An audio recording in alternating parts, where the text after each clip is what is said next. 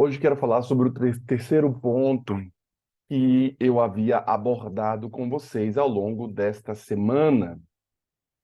Falei a vocês que para haver um avivamento correto na igreja, na sua casa, para haver um avivamento correto nas pessoas que você deseja que sejam avivadas pela palavra, três coisas precisam acontecer. Dentre essas coisas que precisam acontecer, eu estabeleci um texto bíblico base para extrair as verdades bíblicas sobre nós, sobre o que devemos fazer. O que eles fizeram no passado que deu certo? O que eles fizeram no passado que houve transformação? E o que podemos fazer hoje para também ter essa mesma transformação? Daí então, eu comecei falando a vocês de Atos capítulo 4, versículo 31. Atos capítulo 4, versículo 31. Como base desse sermão que estabeleci com vocês. Primeiro, começando dizendo o seguinte: tendo eles orado, primeiro item, para haver um avivamento, um reavivamento, nós sempre falamos de reavivamento e reforma, né? Então temos que reavivar a igreja, porque a igreja um dia foi avivada e precisamos reavivar a igreja e precisamos reformar a igreja, construir, reconstruir algumas coisas na nossa vida, na nossa igreja, na nossa casa, para então a presença do Senhor estar conosco.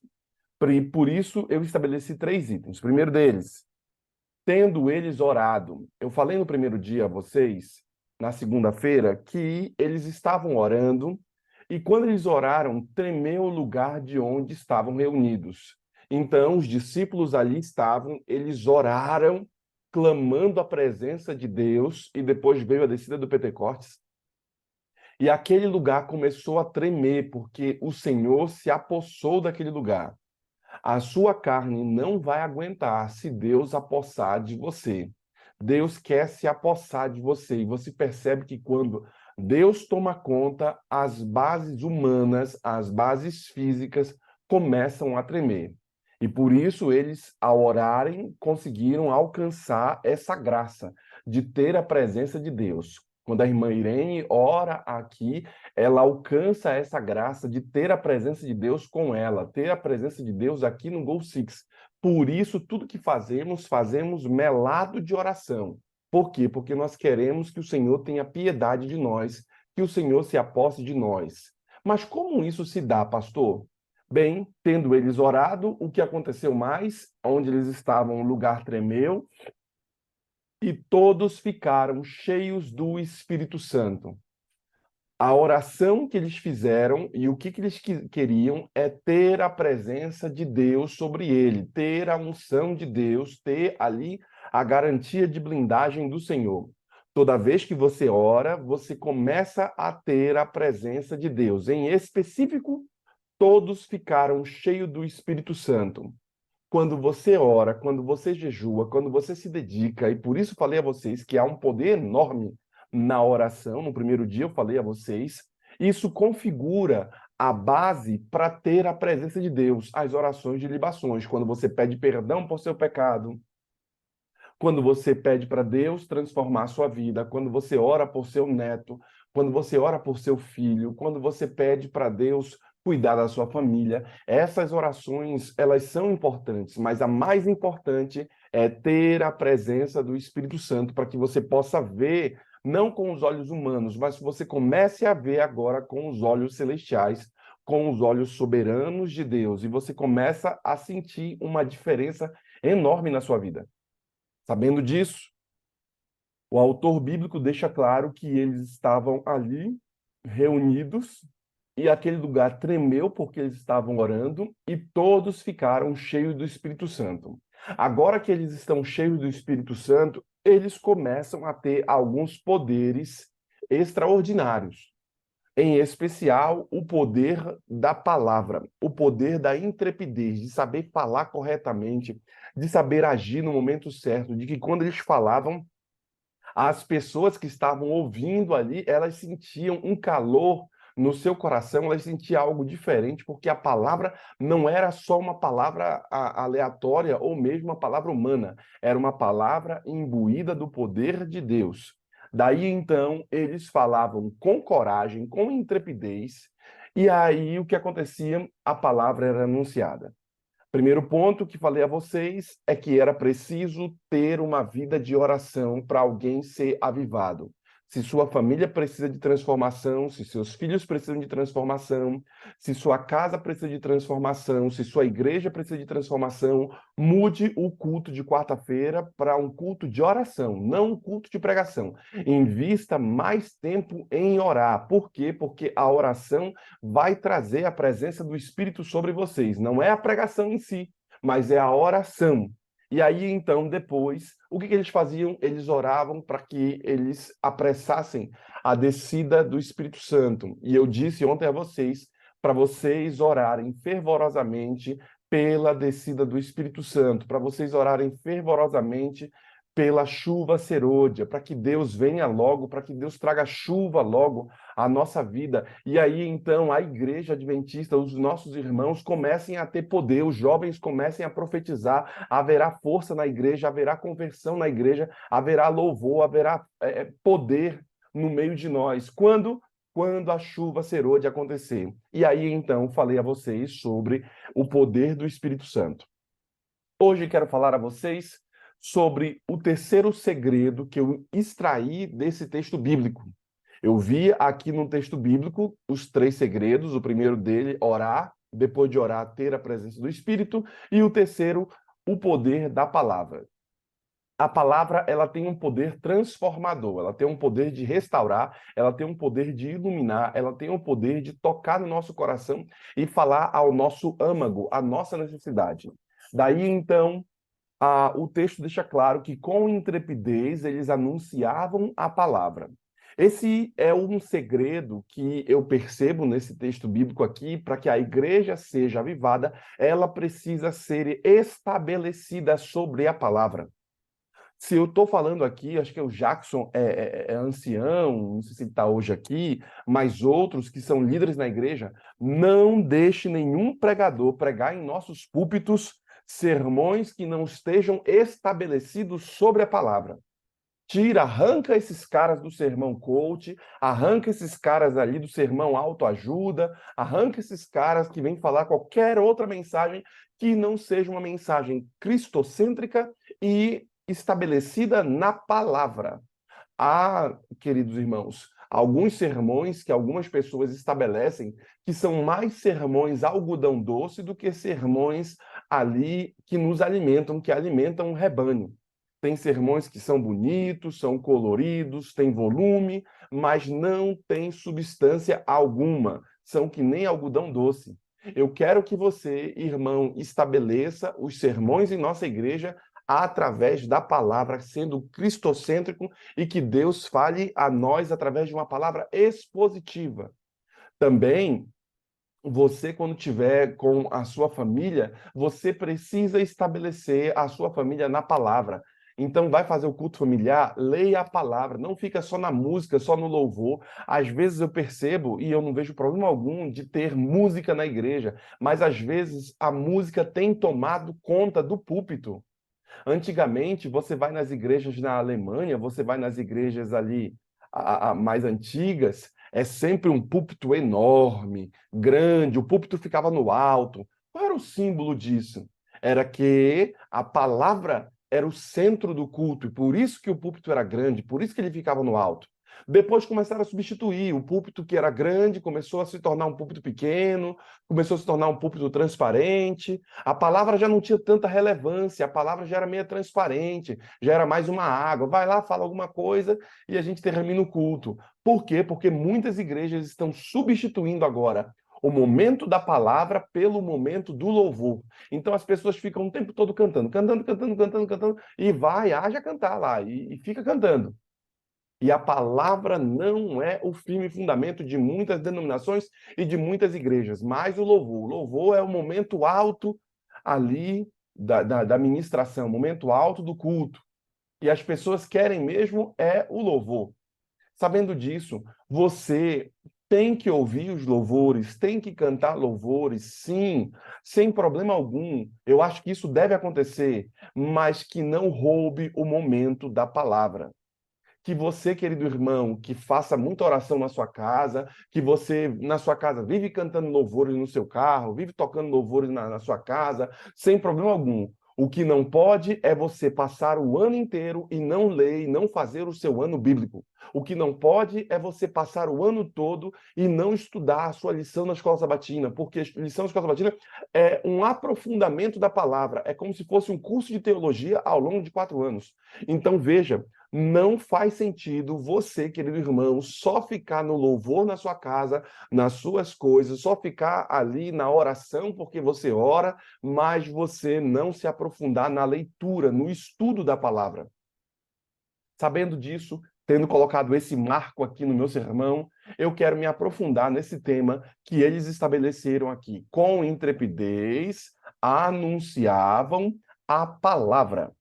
E o autor bíblico deixa claro que a igreja ela era avivada quando a palavra tinha poder. Quando a palavra tinha poder, a palavra de Deus, ela também se tornava uma fonte geradora de avivamento sobre os discípulos. Quando você quer que a mudança aconteça na sua vida, você precisa da palavra para quê? Para que ela seja essa fonte geradora de crescimento, de avivamento, de transformação na sua própria casa, na sua própria vida. E se isso for perdido à mão, você corre sérios riscos de perder ali a unção do Senhor. A igreja que nós estamos falando aqui, que era a igreja primitiva, ali, ela não só fazia suas orações, ela não só tinha a presença do Espírito Santo, mas ela priorizava a palavra de Deus. Atos capítulo 12, versículo 24, está escrito que a palavra do Senhor crescia e multiplicava-se, diz o texto bíblico. Veja que o Senhor deixa claro aqui que a palavra de Deus crescia. Atos capítulo 12, versículo 24. Olha só como eles lidavam muito bem com isso. 12, 24. Entretanto, a palavra do Senhor crescia e se multiplicava. Paulo e Barnabé, cumprida a sua missão, voltaram a Jerusalém, levando também consigo João, apelidado de Marcos. Veja que quando Herodes morre, eles voltam para Jerusalém. E aí, então, qual é o ministério que eles tinham? Não era o ministério só da oração, não era o ministério somente de ter a presença do Espírito, mas o ministério que eles tinham era o ministério do quê? De pregar a palavra.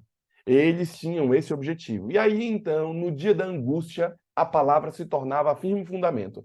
Por que muitos irmãos andam sofrendo aí? Porque esses mesmos irmãos não têm a profundidade na palavra. E então, quando o tentador vem, eles não têm o escudo, eles não têm ali a força para segurar ele, que é a palavra de Deus. Eles não têm esse escudo, eles não têm essa espada para lutar. Eles não sabem nem de onde vem a flechada, como eu disse para vocês da outra vez. Por quê? Porque a palavra que garante isso. Eu não quero que vocês estabeleçam, por exemplo, a sua vida cristã no culto da igreja, no pastor que está pregando. Eu que estou falando aqui para vocês, não é para estabelecer em mim. É para estabelecer sua vida onde? Na palavra. Por quê? Porque quando o pastor te faltar, quando a igreja não estiver perto, quando você estiver angustiado, a palavra vai se levantar para você e então você terá a vida iluminada. Por quê? Porque a Bíblia diz o quê? Que a Bíblia é como se fosse uma lâmpada que guia os nossos caminhos. E aí, se o irmão não estuda? E aí, se o irmão não se aprofunda? Ele está andando às cegas nesse mundo. Sabendo disso, Atos capítulo 19, versículo 20, está escrito que assim, a palavra do Senhor crescia e prevalecia poderosamente. Veja que Atos, capítulo 19, versículo 20, vem falando que a palavra de Deus fazia o quê? Ela crescia. Não só crescia, mas ela se estabelecia de forma poderosa com o pessoal de Éfeso. Também muitos dos que haviam praticado as artes, capítulo 19, versículo 19 e 20, as artes mágicas, reunindo os seus livros, os queimaram diante de todos. calculados os seus preços, achou-se que montavam a 50.000 denários.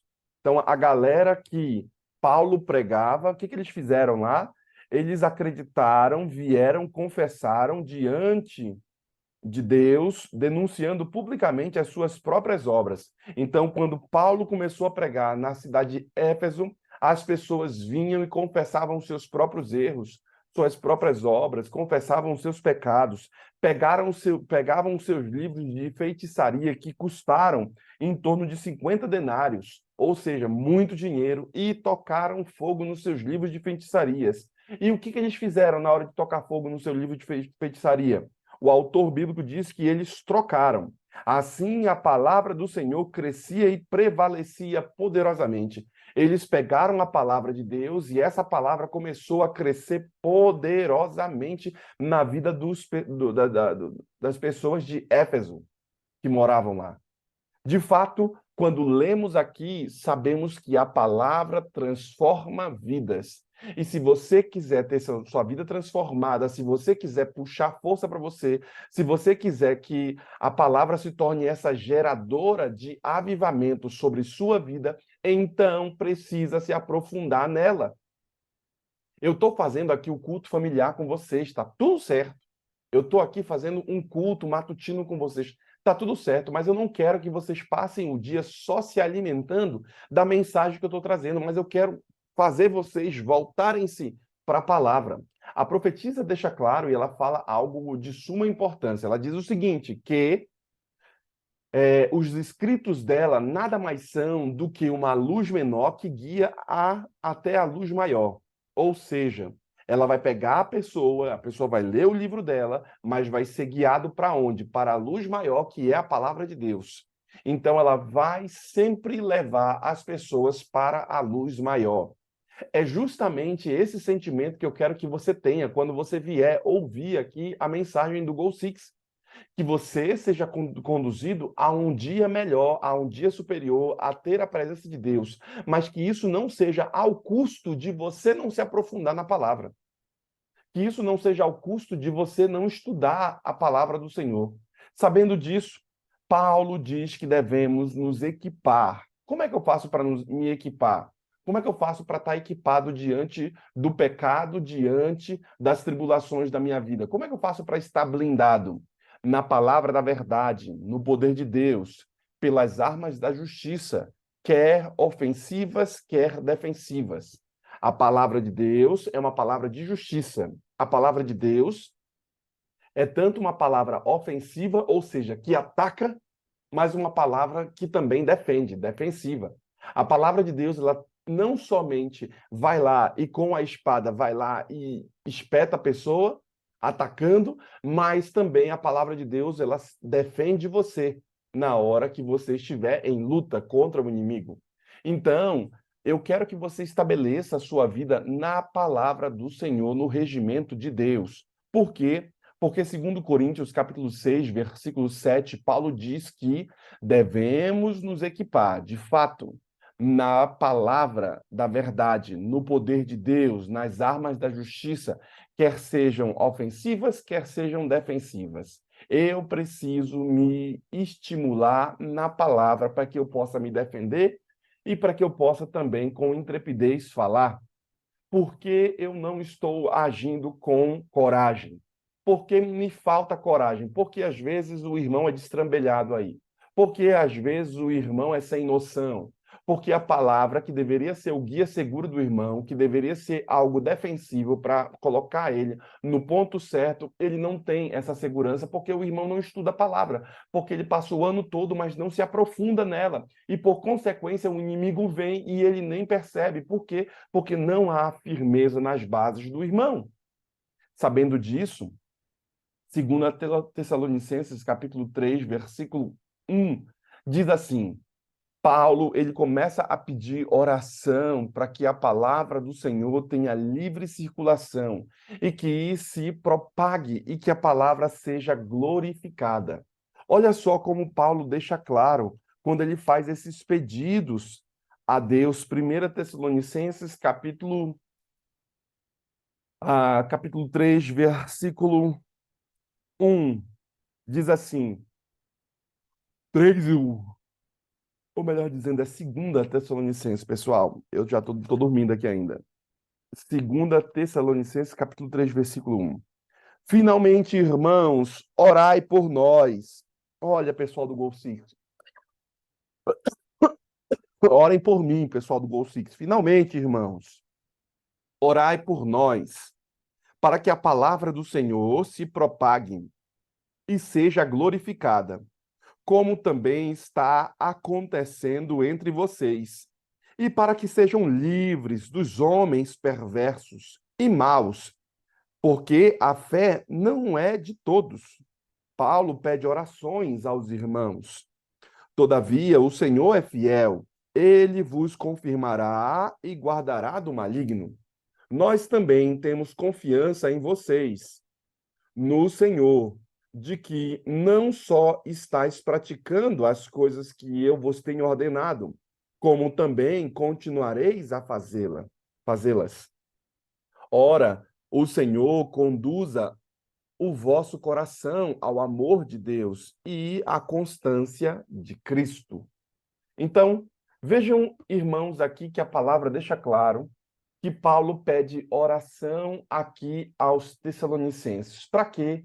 Para que a palavra continue sendo propagada, para que os caminhos sejam abertos.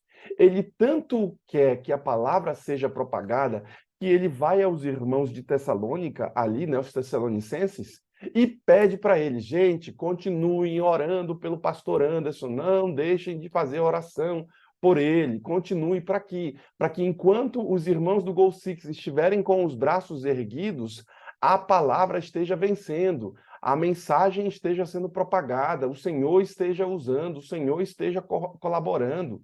Então, enquanto os irmãos de Tessalônica estivessem orando, Paulo estava vencendo ali, Paulo estava indo para frente, Paulo estava vencendo e dando ali murro na cabeça do diabo, vamos dizer assim. Ele estava vencendo. Por quê? Porque tinham irmãos que estavam orando. É um fato de que quando você, querido irmão, ora, quando você busca a presença do Senhor, Deus vai trazendo luz, graça, vai trazendo iluminação para você. Mas o contrário é verdadeiro. Quando você não ora, não haverá ali a luz. Por que a gente fala da oração? A oração tem um objetivo. Qual objetivo?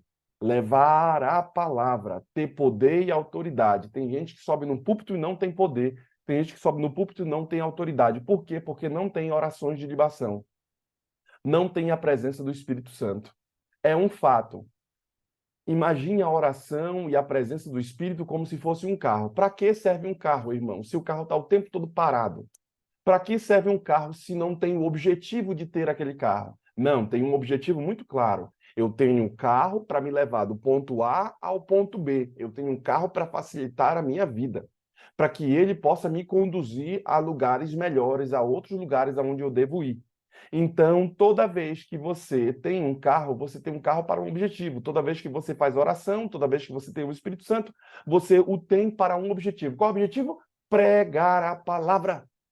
E o irmão que não prega a palavra, pastor? E o irmão que não dá um estudo bíblico, pastor?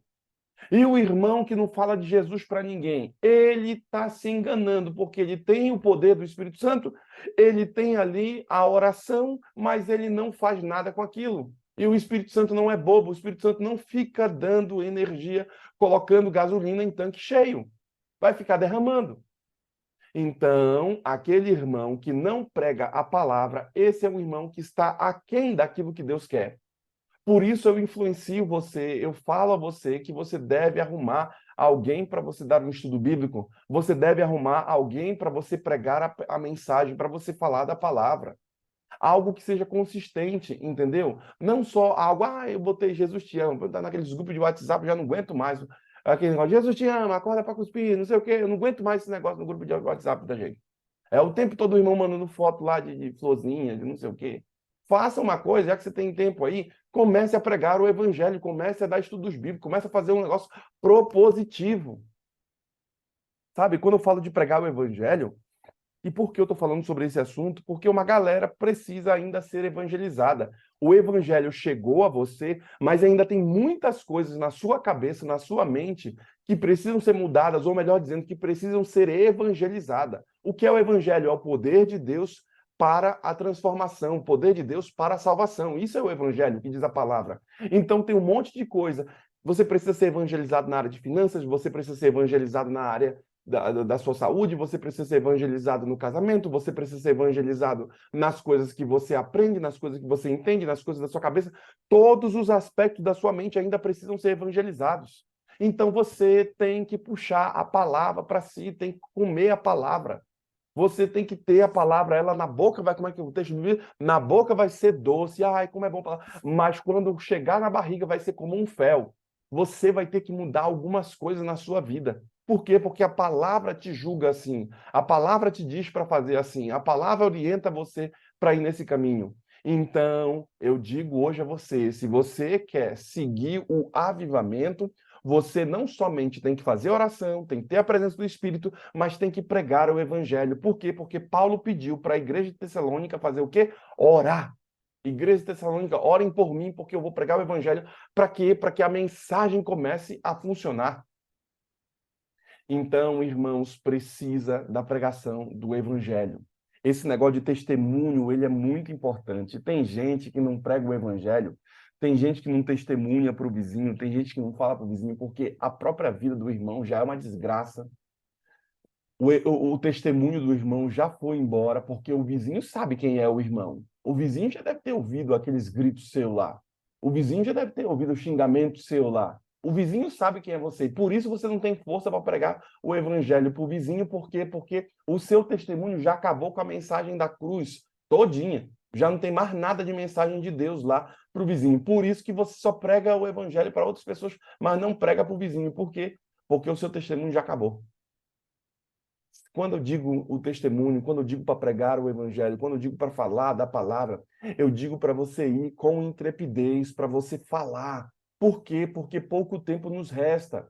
Vejam, irmãos, daqui a pouco o dilúvio vem, daqui a pouco a volta de Jesus chega. E você tinha oportunidade de anunciar o evangelho para os seus filhos, anunciar o evangelho para os seus netos, e você não fez, você deixou ele assistindo televisão, você deixou ele comendo comidas boas, você deixou, falou sobre um monte de coisa, mas você não falou de Deus. Como é que você passa um dia e não fala de Deus para os seus filhos, para o seu esposo, para a sua esposa, para os seus netos? Você tem que pregar o evangelho, você tem que falar para todo mundo, você tem que falar para o vizinho. Você é um propagador dessa mensagem, por isso que a palavra tem que estar dentro de você. E se você tem esse fogo consumidor dentro de você, então você tem que jogar para fora, senão vai apodrecer, senão vai matar. Tem uma galera que não consegue passar adiante o fogo de Deus e eles acabam morrendo, se queimando com a palavra. Porque eles só absorvem, só estão no Gol Six, só ouvem a minha mensagem que prego aqui, só ficam papando o sermão ali, só o Papa Hóstia. O irmão saiu da Igreja Católica, veio para cá e agora ele só fica papando o sermão. Bem, Hebreus capítulo 3, versículo 2, o profeta ora e pelo avivamento da obra de Deus. Eu tenho orado para que o Gol Six se expanda, para que saia desse número pouco aqui nosso. Eu quero que o Gol Six comece a crescer, que ele comece a se expandir, mas não dá para fazer se não for pelo poder de vocês. Tem que ser pela força de vocês. Já disse para vocês, chamem outras pessoas e estimulem outras pessoas a estarem. Por quê? Porque vocês serão propagadores. E isso vai garantir com que vocês mesmos estejam. Alguns irmãos que não estão mais aqui no Gol Six, no meio de nós, é porque eles não fizeram o que eu falei de chamarem outras pessoas. E eles mesmos esfriaram na fé. Toda vez que você não prega, quem vai sair da obra é você. Quem vai esfriar na fé é você. E por isso que eu quero que vocês, no poder da palavra, comecem a pregar o evangelho, para que vocês permaneçam firmes. Sabe, irmãos, esse negócio de avivamento que Paulo ora aqui, ele pede esse avivamento para a obra de Deus, ele pede para que o Gol Six se expanda, para que haja avivamento na obra do Senhor. O que ele diz? Ouvi, Senhor, a tua palavra e temi. Aviva, ó Senhor, a tua obra no meio dos anos. No meio dos anos, a notifica. Na ira, lembra-te da misericórdia. Olha como Paulo diz, para que a obra seja avivada ao longo dos anos e para que também Deus notificasse, no meio dos anos, a notifica, fale da obra, Senhor. E lembra-te da tua misericórdia quando o Senhor estiver irado. Lembre-se, irmãos, que o avivamento, após o homem ouvir as coisas de Deus, ele teme a palavra de Deus. Ele teme essa palavra, porque ele sabe que na palavra julga-se ter a vida eterna. E se você julga que na palavra tem a vida eterna, como é que você não a estuda? Como é que você não se aprofunda nas coisas da vida eterna? Veja que foi assim que aconteceu nos dias de Esdras e nos dias de Neemias. Eles precisavam se aprofundar na palavra. E quanto mais eles se aprofundavam na palavra, mais as coisas eram transformadas. Quer você ter essa vitória? Então, querido irmão, avalie o que estamos falando aqui. Eu percebo que o poder da oração, o poder do Espírito Santo, o poder da palavra são três importantes forças para que a igreja adventista, para que os nossos irmãos sejam avivados. Eu também percebo que quem quiser experimentar esse avivamento que eu estou tanto falando aqui, esse avivamento pessoal, que comece o irmão pela oração incessante, que comece pelas orações de libações, que comece, irmão, pelo poder do Espírito Santo, que virá sobre toda a vida daquele que ora, daquele que busca. Quem bater, vai ter a porta aberta, abre-se-vos-á. Quem buscar, vai encontrar. E se você estiver batendo, se você estiver buscando, você vai encontrar o Espírito Santo como uma força sobrenatural sobre sua vida. Mas para que isso, pastor? Para que esse carro novo? Para que esse carro blindado? Para que essa limousine que eu estou conseguindo quando eu tenho o Espírito Santo e quando eu tenho a oração? Para quê? Para você anunciar com poder a palavra de Deus, com o objetivo de anunciar com poder e com intrepidez a palavra do Senhor. Se você fizer isso que eu estou falando, haverá uma glória de Deus sobre você. E haverá abundância, haverá vida. Só que é o seguinte, irmão, o remédio que eu estou dando hoje é um remédio amargo, mas é o remédio que transforma. Eu não estou fazendo aqueles sermões coach, aqueles sermões pirotécnicos, aqueles sermões que o pessoal fica de cabeça para baixo, todo mundo fica alegre, feliz e tudo mais. É tudo legal isso daí, mas hoje eu estou dando a vocês um remédio. O remédio para curar você da mornidão espiritual, para curar a Laodiceia, que não é nem quente nem fria, é uma igreja morna, para fazer com que essa igreja pegue fogo de novo. Eu estou dando um remédio para vocês, para fazer com que a chuva serôdia desça sobre nós. Qual é o remédio? O apóstolo nos diz aqui, os apóstolos nos disseram em Atos capítulo 4, versículo 31. Qual é o segredo? Tendo eles o quê? Orado. Depois que eles fizeram orado, o lugar tremeu. Depois que o lugar treme, eles começam a ficar cheios do Espírito Santo e eles, agora que estão com todo o poder, agora que eles estão cheios do Espírito, eles falam, vamos para as cabeças. Eles, com intrepidez, anunciam a palavra de Deus. Então, você precisa receber todo esse momento que o Goal Six está te dando, para quê? Para difundir a palavra de Deus na vida de outras pessoas. Essa é a sua missão de hoje. É para você sair daqui e você caçar uma alma para você pregar o evangelho, para você falar de Deus para essa pessoa. Pelo menos uma pessoa você precisa falar de Deus. E lembre-se, quando você prega, o maior beneficiado é você. Quando você ora aqui no Goal Six, o maior beneficiado é você. E toda vez que a gente ora aqui, a gente quer que você participe conosco, e a gente faz as nossas orações, como é o caso da irmã Silvia, que estará orando agora, da irmã Irene, que orou no começo. Toda vez que você faz isso, você está atraindo bênção para a sua vida. E todos os nossos pensamentos se voltarão para a sua oração. Quer você ter esse avivamento? Quer você ter essa vitória? Então não esqueça de fazer orações, de buscar a presença do Espírito. Para quê? Para pregar o Evangelho. E por isso eu convido a irmã Silvia a orar agora. E enquanto a serva do Senhor estiver orando, eu quero que você avalie sua vida. Será que não falta eu arrumar uma pessoa para dar um estudo bíblico? Será que não falta eu começar a não somente ficar nos louvores, não somente ficar nas orações, não somente ficar ouvindo os sermões do pastor Anderson aqui no Gol Six, mas eu, em vez de ser um crente consumidor, começar a me tornar um crente produtor, começar a produzir, a salvar outras pessoas? Bem, essa mensagem talvez seja para você sair do lugar onde você está e pregar o evangelho no dia de hoje, a começar no dia de hoje. Vamos orar, irmã Silvia. Que Deus use a senhora. Amém. Amém, pastor.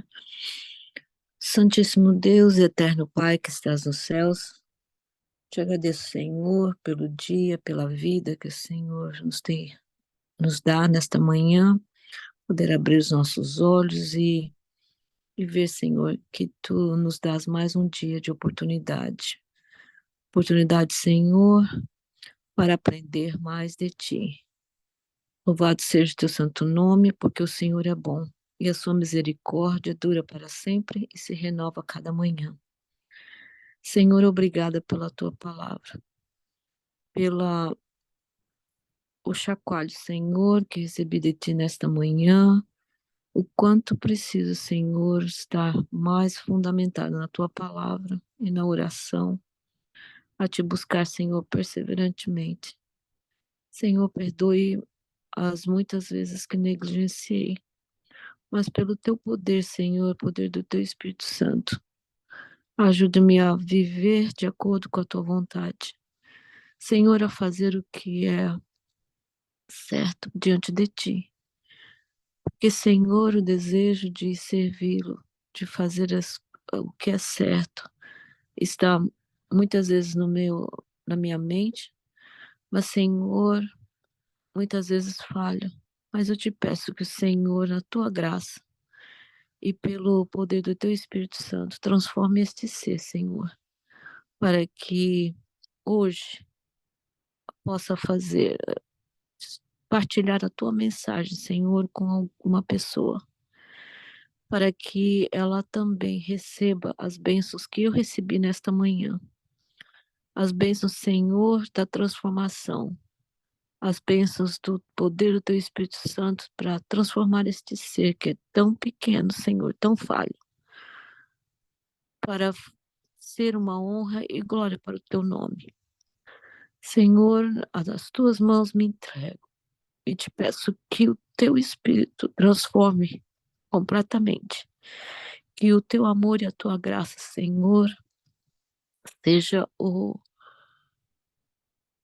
parte principal na minha vida, Senhor, de estudar, de aprofundar, de ter o teu Espírito Santo trabalhando constantemente, Senhor, seja uma luz para a minha família, Senhor, para aqueles que não te conhecem, para aqueles que estão passando por problemas, como o meu sobrinho Mateus. Cada vez, Senhor, que conversa com ele, que a tua palavra seja o ponto principal para ele, Senhor, entender que tu o amas e que o Senhor quer o melhor para ele. Não somente também a ele, Senhor, mas para outros também. E para as pessoas que estão ao meu redor. Senhor, perdoe-me por ter falhado. E hoje, Senhor, entrego tudo em tuas mãos e te peço que teu Espírito mova, que o Senhor nos dê forças e e que a resolução de hoje, Senhor, seja para todos os dias até a eternidade. E Deus, sustenta-nos com a tua graça. E cada um aqui, Senhor, que também que esteja com essa necessidade de te buscar, Senhor, de estudar mais a tua palavra, de aprofundar, de louvar o teu nome, Senhor. Que o Senhor, pela tua misericórdia e poder do teu Espírito Santo, também trabalhe no coração de cada um de nós aqui. Senhor, somos seus filhos, por isso nós te buscamos aqui, para aprender mais, Senhor, e ajude-nos a não ficar somente com aquilo que recebemos, mas pelo teu poder, buscar a tua palavra, Senhor, sabedoria. Sabedoria que o Senhor promete não lançar fora, mas nos dar, Senhor. Portanto, capacita-nos e transforma esse ser, Senhor, em vaso de bênçãos para a tua honra e para a tua glória. Senhor, muito obrigada, porque o Senhor nos tem acordado da mornidão de Laodiceia para a atuação como o Senhor fez na vida dos discípulos, dos apóstolos e também de Paulo.